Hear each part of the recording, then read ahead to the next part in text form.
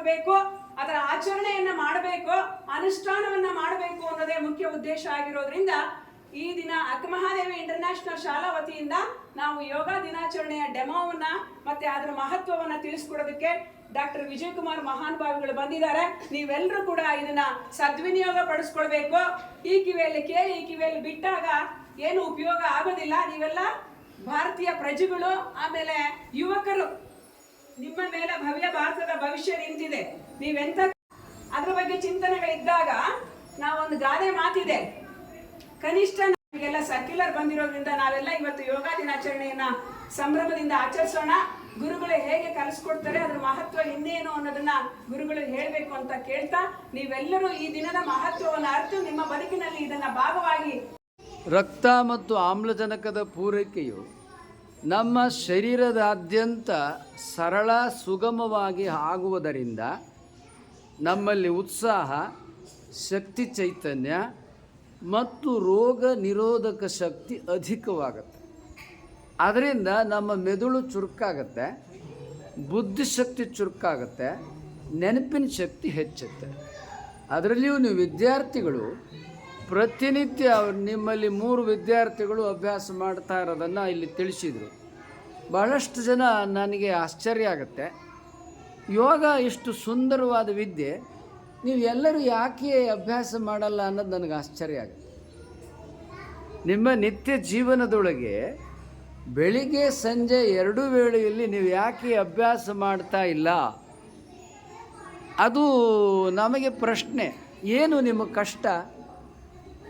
ಯಾಕೆ ಅಂತೇಳಿದರೆ, ಸಹಜವಾಗಿ ಆಟ ಹೇಗೋ ಯೋಗನೂ ಒಂದು ವಿದ್ಯೆ. ಆಟ ಏನಿದೆಯಲ್ಲ, ಆ ಮಕ್ಕಳನ್ನ ಒಂದು ಸ್ವಲ್ಪ ಸೈಲೆನ್ಸ್ ಮಾಡಿಸ್ಬಿಟ್ಟು.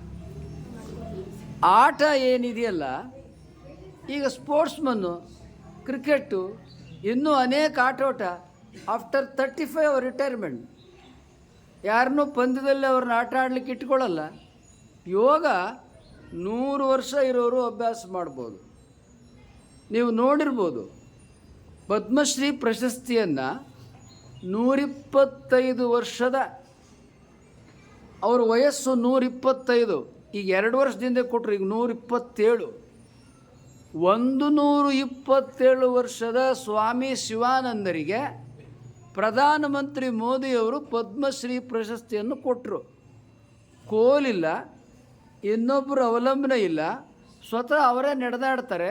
ನಮ್ಮ ಹಾಗೆ ಅವರು ಯೋಗ ಕಲಿಸ್ತಾರೆ.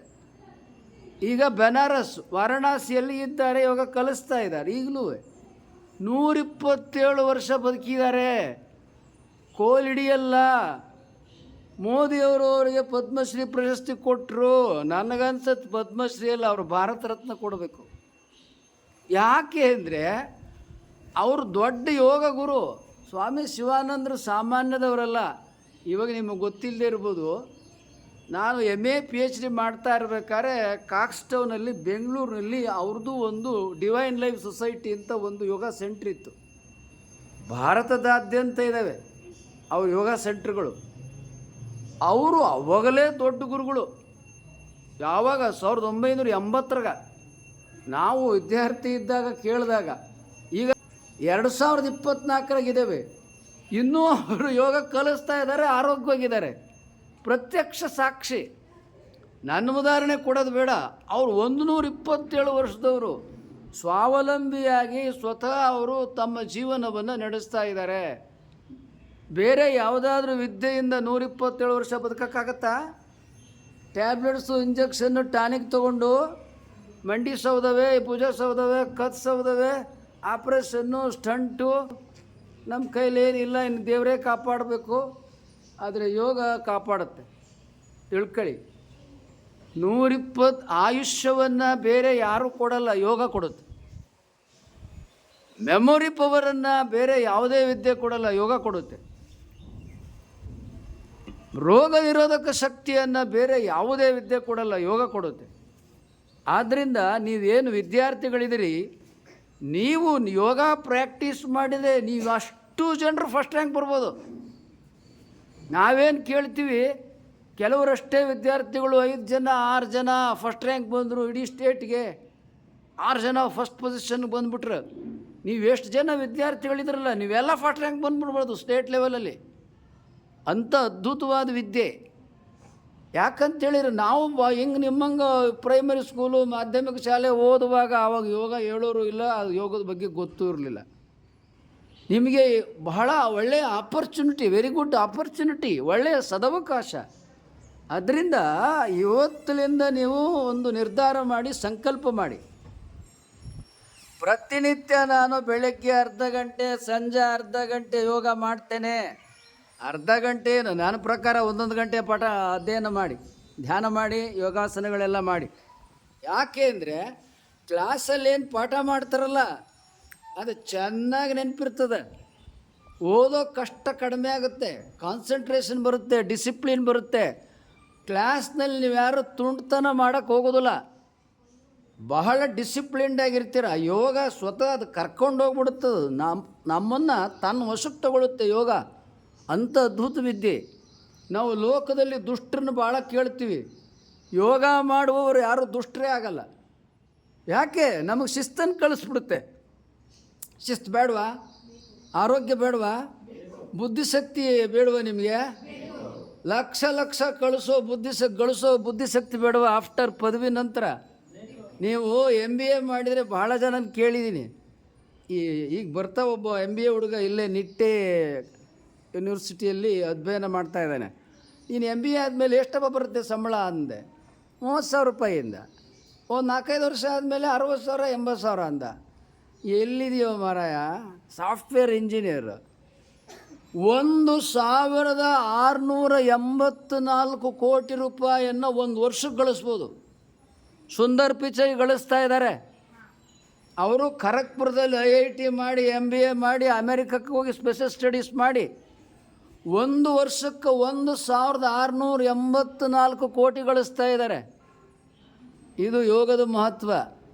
ಇಲ್ಲೇ ಹೋದರೆ ದುಡಿಯೋ ದುಡ್ಡು ಊಟಕ್ಕೂ ಇಲ್ಲ, ಮನೆಗೂ ಇಲ್ಲ, ಖರ್ಚಿಗೂ ಇಲ್ಲ, ಮತ್ತೊಂದಕ್ಕೂ ಇಲ್ಲ ಆಗತ್ತೆ. ತಿಳಿತಾ? ಸರಿಯಾಗಿ ಎಲ್ಲರೂ ಯೋಗ ಮಾಡಿ, ಡಿಸಿಪ್ಲಿನ್ ಕಲ್ತ್ಕೊಳ್ಳಿ. ಕಡ್ಡಾಯವಾಗಿ ಬೆಳಗ್ಗೆ 1 ಗಂಟೆ, ಸಂಜೆ 1 ಗಂಟೆ ಯೋಗ ಧ್ಯಾನ ಮಾಡಿ. ಕ್ಲಾಸಲ್ಲಿ ಮಾಡೋ ಪಾಠ ಸಹಜವಾಗಿ ನೆನಪಿರುತ್ತೆ. ನೀವು ಎಲ್ಲರೂ ಫಸ್ಟ್ ರ್ಯಾಂಕ್ ಬಂದುಬಿಡ್ತೀರಾ. ಎಲ್ಲರೂ, ಅವರು ಇವರಲ್ಲ, ಎಲ್ಲರಿಗೆ ಬುದ್ಧಿಶಕ್ತಿ ಬರುತ್ತೆ. ಒಂದು ಪುಟ್ಟ ಉದಾಹರಣೆ ಕೊಡ್ತೀನಿ. ಸಂದರ್ಭದಲ್ಲಿ ವಿಜಯಪುರದಲ್ಲಿ ನಾವು ಹೀಗೆ ಯೋಗ ಸೆಂಟ್ರ್ ನಡೆಸ್ತಾ ಇದ್ವು. ಅವರು ಹೀಗೆ ಅವ್ರ ಶಾಲೆಯಲ್ಲಿ ಸಂಸ್ಕೃತ ಅಧ್ಯಾಪಕಿ ತಾಯಿ, ಅವರಿಬ್ಬರು ಮಕ್ಕಳು, ಅವರು ಇನ್ನೊಂದು ದೊಡ್ಡ ಸ್ಕೂಲಿಗೆ ಸೇರಿಸಿದ್ರು. ಅವರು ತಮ್ಮ 2 ಮಕ್ಕಳನ್ನು, ಒಬ್ಬ ಹುಡುಗ 9ನೇ ಕ್ಲಾಸು, ಇನ್ನೊಬ್ಬ ಮಗಳು 6ನೇ class, 6th standard 9th standard. ಅಲ್ಲಿಗೆ ಸೇರಿಸಿದ್ರು. ಬಹಳ ಕಾಸ್ಟ್ಲಿ, ಅಲ್ಲೆಲ್ಲ ಸೇರಿಸಿದ್ರು. ಅಷ್ಟಿದ್ರೂ ಅವ್ರು ಓದ್ತಿರಲಿಲ್ಲ. ಮನೆಗೆ ಬಂದು ಇಬ್ಬರು ಫುಟ್ಬಾಲ್ ಆಡ್ತಿದ್ರು. ಮನೆ ಒಳಗೆ ಗಾಜು ಕನ್ನಡಿ ಏನೋ ಹೌಸ್ ಹೋಲ್ಡ್ ಥಿಂಗ್ಸಿದೆ ಎಲ್ಲ ಡಿಸ್ಟರ್ಬ್ ಮಾಡ್ತಿದ್ರು. ಅಪ್ಪ ಅವ್ವ ಯಾರಿಗೂ ಹೆದರ್ತಿರಲಿಲ್ಲ. ಟ್ಯೂಷನ್ಗೆ ಹಾಕಿದರೆ ಟ್ಯೂಷನ್ ಸ್ಟೂಡೆಂಟ್ಸ್ನೆಲ್ಲ ಕೆಡಿಸ್ಬಿಡ್ತಿದ್ರು ಅವರು. ಆ ಟ್ಯೂಷನ್ನೇ ನಡೆದಂಗೆ ಮಾಡಿಬಿಡ್ತಿದ್ರು ಅವರು. ಎಲ್ಲರನ್ನೂ ಇವ್ರಂಗೆ ಕೀಟ್ಲೆ ತುಂಟ್ರು ಮಾಡಿಬಿಡ್ತಿದ್ರು. ಎಲ್ಲಿಗೆ ಸೇರಿಸಿದ್ರೆ ನಿಮ್ಮ ಹುಡುಗರು ಬೇಡ, ನಿಮ್ಮ ಫೀಸು ಬೇಡ, ವಾಪಸ್. ಯಾರೂ ಟ್ಯೂಷನ್ ಸೇರಿಸ್ಕೊತಿರಲಿಲ್ಲ. ತಂದೆ ತಾಯಿಗೆ ಸಾಕಾಗೋಗಿತ್ತು. ನಮ್ಮಲ್ಲಿಗೆ ಬಂದರು ಅವರು. ಸ್ವಾಮೀಜಿ, ನನಗಿಬ್ಬರು ಮಕ್ಕಳಿದ್ದಾರೆ, ಹಿಂಗೆಲ್ಲ ಆಗ್ಬಿಟ್ಟಿದೆ, ನಿಮ್ಮಲ್ಲಿ ಸೇರಿಸ್ತೀನಿ, ಯೋಗಕ್ಕೂ ಸೇರಿಸ್ತೀನಿ, ಪರ್ಸ್ನಾಲಿಟಿ ಡೆವಲಪ್ಮೆಂಟ್ ಕ್ಲಾಸ್ಗೂ ಸೇರಿಸ್ತೀನಿ, ನೀವು ಕೇಳಿದಷ್ಟು ಫೀಸ್ ಕೊಡ್ತೀನಿ ಸ್ವಾಮೀಜಿ, ಏನಾರು ಮಾಡಿ ನನ್ನ ಮಕ್ಕಳನ್ನು ಡಿಸಿಪ್ಲಿನ್ಡು ಯೋಗ ಧ್ಯಾನ ಸ್ಟಡೀಸು ಮುಂದೆ ಜೀವನದಲ್ಲಿ ಒಳ್ಳೆಯ ವಿದ್ಯೆ ಪಡೆದು ಅವರನ್ನು ಅವ್ರು ಸಂಪಾದನೆ ಮಾಡಿ ಖಂಡಿತ ಕರ್ಕೊಂಬನ್ನಿ. ಸೇರಿಸ್ಕೊಂಡೆ.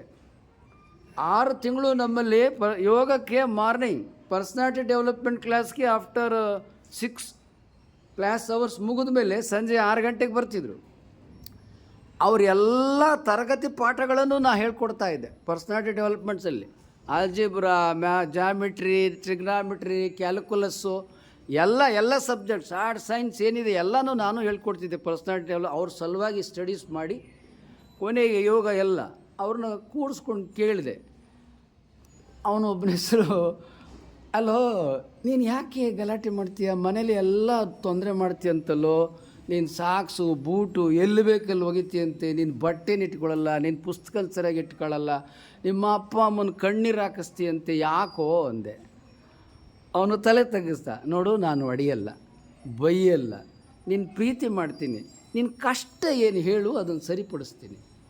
ಅವನು ಸ್ವಾಮೀಜಿ ನನ್ನ ಶಾಲೆಗೆ ಹಾಕಿದ್ದಾರೆ, ಅಲ್ಲಿ ಹಿಂದಿ ಟೀಚರು ಅವರು ಅಧ್ಯಾಪಕರು ಬಂದು ಹಿಂಗೆ ಕೈ ಹಿಡಿದು ದೊಡ್ಡ ರೂಲರ್ ತೊಗೊಂಡು ಹೊಡಿತಾರೆ, ನಾವು 8 ವಿದ್ಯಾರ್ಥಿಗಳು ಮಾತಾಡ್ಕೊಂಬಿಟ್ಟಿದ್ದೀವಿ, ಅವನು ಕೆಡಿಕೊಂಡು ಹೊಡೆದು ಬಿಡ್ಬೇಕು, ನಿರ್ಧಾರ ಮಾಡಿದ್ದೀವಿ ಅಂತ ಅಂದ.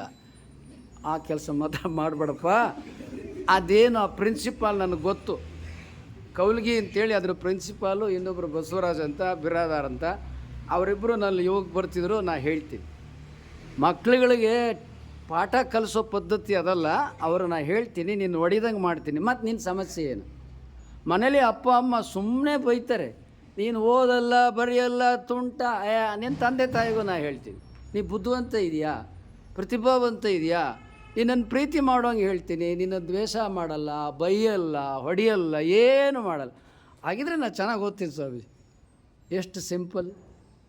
ಚೆನ್ನಾಗಿ ಓದ್ತೀನಿ ಅಷ್ಟೇ ಅಲ್ಲ, ನಮ್ಮಲ್ಲಿ 2 ತಿಂಗಳಾಯಿತು, 2 ತಿಂಗಳಾದಮೇಲೆ ಆಕೆ 6th ಸ್ಟ್ಯಾಂಡರ್ಡ್ ಇರಲಿಲ್ಲ, ಮೇಡಮ್ ಪಾಠ ಮಾಡ್ತಾಯಿದ್ರೆ ಆಗಿಲ್ಲ, ಹೊಸ್ದಾಗಿ ಶುರು ಮಾಡಿದ್ದಾರೆ. ಅಲ್ಲಿ ಬರಿತಾ ಇದ್ದಾಗಲೇ ಅವಳು ಎದ್ದು ಆನ್ಸರ್ ಹೇಳ್ತಿದ್ಲು. ಮೇಡಮ್ ಬೋರ್ಡ್ ಮೇಲೆ ಹೊಸ ಲೆಕ್ಕ ಬರೀತಾ ಇದ್ದಾರೆ, ಕೂಡಲೇ ಅವಳು ಅದರ ಆನ್ಸರೇ ಹೇಳ್ಬಿಡ್ತಿದ್ಲು. ಸ್ಟೂಡೆಂಟ್ಸ್ ಎಲ್ಲ ಅವಳು ತಲೆ ಮೇಲೆ ಹೊಡಿತಿದ್ರು, ಇವಳು ದಡ್ಡಿ ಹಾಗೆ ಹೀಗೆ ಅಂತ. ಮೇಷ್ಟ್ರೂ ಹಾಗೇ. ಕೊನೆಗೆ ಅವರು ಕೇಳಿದರು, ಏನು ಸಮಾಚಾರ, ನಾ ಇನ್ನೂ ಪಾಠನೇ ಮಾಡಿಲ್ಲ, ಇದೇನು ಇಷ್ಟೆಲ್ಲ ತಿಳ್ಕೊಂಬಿಟ್ಟಿದೆಯಾ? ಇಲ್ಲ, ನಾನು ಗುರುಗಳಲ್ಲಿಗೆ ಯೋಗಕ್ಕೆ ಪರ್ಸ್ನಲ್ ಡೆವಲಪ್ಮೆಂಟ್ ಕ್ಲಾಸ್ಗೆ ಹೋಗ್ತಾ ಇದ್ದೀನಿ, ಅವರೆಲ್ಲ ಪಾಠನ ನನಗೆ ಹೇಳ್ಕೊಡ್ತಾರೆ, ಎಲ್ಲನೂ ಕಲಿಸಿದ್ದಾರೆ. ಅದು ಮ್ಯಾಥಮೆಟಿಕ್ಸು ತುಂಬ ಸುಲಭ, ಕೆಮಿಸ್ಟ್ರಿ ಇನ್ನೂ ಸುಲಭ, ಫಿಸಿಕ್ಸು ಇನ್ನೂ ಸುಲಭ. ಅವಳು ಹೇಳ್ತಾ ಇರೋದು, ಇದೇನೇ ಗೆಳತಿಯರೆಲ್ಲ. ಹೌದು, ಹೀಗೆ ಅವಳು ಬುದ್ಧಿವಂತಲಾದರು. ಅವನು ಅಷ್ಟೇ. ರಿಸಲ್ಟ್ ಬಂತು, ಆ ಹುಡುಗ 2ನೇ ಸ್ಥಾನಕ್ಕೆ ಬಂದ. 9th ಸ್ಟ್ಯಾಂಡರ್ಡಲ್ಲಿ ಇಡೀ ಕ್ಲಾಸ್ಗೆ 2ನೇ ಸ್ಥಾನಕ್ಕೆ ಬಂದ. ಫೇಲ್ ಆಗ್ತಿದ್ದವನು, ಇವಳು ಫೇಲ್ ಆಗ್ತಿದ್ಲು. ಯಾಕೆ? ಯೋಗ ಇದೆಯಲ್ಲ, ಇದು ನಿಜವಾದ ನಡೆದ ಘಟನೆ. ಕೊನೆಗೆ ನಾನು ಈಗ ಒಂದು 6 ತಿಂಗಳಿಗೆ ಬರೋಕ್ಕೆ ಮುಂಚೆ ಇಂಜಿನಿಯರಿಂಗ್ ಮುಗಿಸ್ಕೊಂಡು ಬಾಗಲಕೋಟೆ ಇಂಜಿನಿಯರಿಂಗ್ ಕಾಲೇಜಲ್ಲಿ ತಂದೆ ತಾಯಿ ಮಕ್ಕಳೆಲ್ಲ ಕರ್ಕೊಂಬಂದಿರು. ಸ್ವಾಮೀಜಿ ಒಂದು ಇಂಜಿನಿಯರಿಂಗ್ ಆಯಿತು, ಈಗ ಅವನಿಗೆ ಕೆಲಸಕ್ಕೆ ಸೇರ್ಸೋಕ್ಕೆ ಮತ್ತು ಏನು ಟ್ರೈನಿಂಗು ಇತ್ಯಾದಿ ನಿಮ್ಮಲ್ಲಿ ಕೇಳಕ್ಕೆ ಬಂದಿದ್ದೀವಿ ಅಂತ ಬಂದಿದ್ದರು. ಆದ್ದರಿಂದ ನಿಮ್ಗೆ ಹೇಳ್ತಾ ಇದ್ದೀನಿ, ಪ್ರೀತಿಯಿಂದ ಹೇಳ್ತಾ ಇದ್ದೀನಿ. ನಿಮಗೆಲ್ಲ ಏನು ಹೇಳ್ತಾ ಇದ್ದೀನಿ ಅಂತ ಹೇಳಿದರೆ, ಪ್ಯಾರ್ಸೆ ಬೋಲು ಜೋರ್ಸೆ ಬೋಲು ಅಂತ ಹೇಳ್ತಿರ್ತಾರೆ ಕೆಲವರು. ಅದಕ್ಕೆ ನೀವು ನಿಮ್ಮ ಮನಸ್ಸಿಗೆ ಆತ್ಮನಿಗೆ ಹೇಳ್ಕೊಳ್ಳಿ, ಯೋಗ ಮಾಡ್ತೀನಿ, ಧ್ಯಾನ ಮಾಡ್ತೀನಿ, ನಿತ್ಯ 2 ಸಲ ಅಭ್ಯಾಸ ಮಾಡ್ತೀನಿ ಹೇಳಿ. ಯೋಗ ಮಾಡ್ತೀನಿ, ಧ್ಯಾನ ಮಾಡ್ತೀನಿ, ನಿತ್ಯ ಬೆಳಗ್ಗೆ ಸಂಜೆ 2 ವೇಳೆ ಮಾಡ್ತೀನಿ, ಬೆಳಗ್ಗೆ ಸಂಜೆ 1 ಗಂಟೆ ಯೋಗ ಧ್ಯಾನ ಮಾಡ್ತೀನಿ ಹೇಳಿ. ಇನ್ನೂ ಸರಿಯಾಗಿ ಒಂದೇ ವಾಯ್ಸಲ್ಲಿ ಹೇಳಬೇಕು. ಬೆಳಿಗ್ಗೆ ಸಂಜೆ 1 ಗಂಟೆ ನಾವು ನಿತ್ಯ ಯೋಗಾಭ್ಯಾಸ ಮಾಡೇ ಮಾಡ್ತೀವಿ.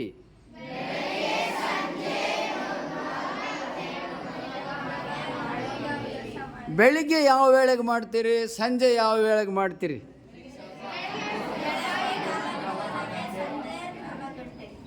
ಕಡ್ಡಾಯವಾಗಿ ಹೇಳಬೇಕು. ಇದನ್ನು ನೀವೇನು ಹೇಳಿದ್ರಲ್ಲ, ನನ್ನ ಎದುರಿಗೆ ಹೇಳಿದಿರಿ.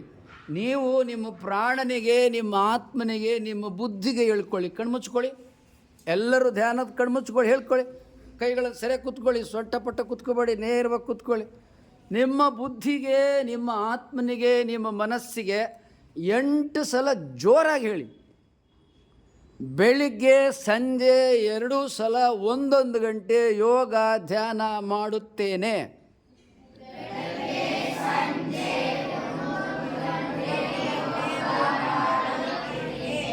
ಎಂಟು ಸಲ ಹೇಳ್ತಾ ಇರಿ.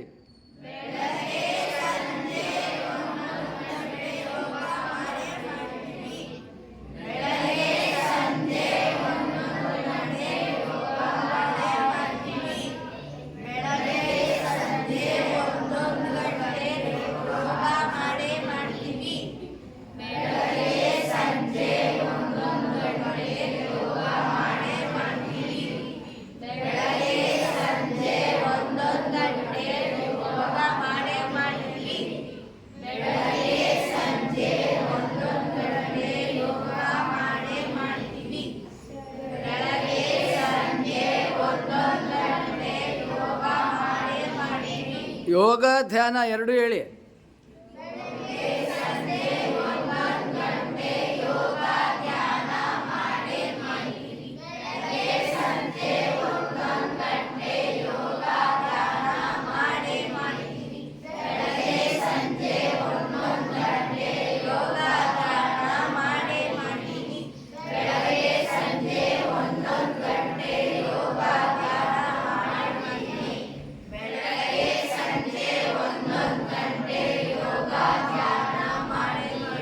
ಓಂ ಶಾಂತಿ ಶಾಂತಿ ಶಾಂತಿ.